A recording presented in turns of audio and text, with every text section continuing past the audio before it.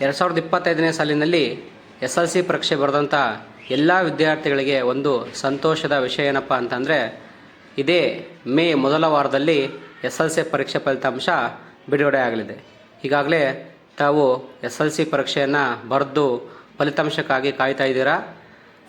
ಈ ಫಲಿತಾಂಶವನ್ನು ಇನ್ನೇನು ಕೆಲವೇ ದಿನಗಳಲ್ಲಿ ಅಂದರೆ ಮೇ ಮೊದಲ ವಾರದಲ್ಲಿ www.karnatakaresults.nice.in ಈ ವೆಬ್ ಲಿಂಕ್ನಲ್ಲಿ ಪರೀಕ್ಷಾ ಫಲಿತಾಂಶವನ್ನು ಬಿಡುಗಡೆ ಮಾಡ್ತಾ ಇದೆ ಕರ್ನಾಟಕ ಪ್ರೌಢ ಶಿಕ್ಷಣ ಪರೀಕ್ಷಾ ಮಂಡಳಿ.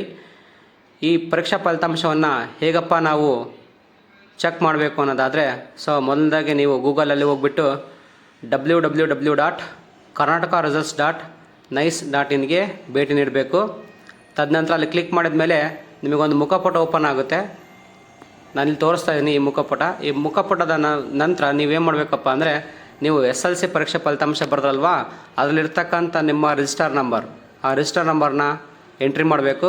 ತದನಂತರ ಅದರ ಕೆಳಗಡೆ ನಿಮ್ಮ ಡೇಟ್ ಆಫ್ ಬರ್ತನ್ನು ಎಂಟ್ರಿ ಮಾಡಿಬಿಟ್ಟು ಅದ್ರ ಮೇಲೆ ಕ್ಲಿಕ್ ಮಾಡಿ. ತದನಂತರ ಏನಾಗುತ್ತೆ ಅಂತಂದರೆ, ನಿಮ್ಮ ರಿಸಲ್ಟ್ ಓಪನ್ ಆಗುತ್ತೆ. ನೀವು ಈ ರಿಸಲ್ಟನ್ನು ಡೌನ್ಲೋಡ್ ಮಾಡ್ಕೋಬೋದು, ಮತ್ತು ಪ್ರಿಂಟೌಟ್ ಕೂಡ ತೊಗೋಬೋದು. ನಾನು ಕೊಟ್ಟಿರ್ತಕ್ಕಂಥ ಮಾಹಿತಿ ತಮಗೆ ಇಷ್ಟ ಆಗಿದ್ದರೆ ನಮ್ಮ ಯೂಟ್ಯೂಬ್ ಚಾನಲ್ನ ಸಬ್ಸ್ಕ್ರೈಬ್ ಮಾಡಿ, ಶೇರ್ ಮಾಡಿ, ಲೈಕ್ ಮಾಡಿ. ಧನ್ಯವಾದಗಳು.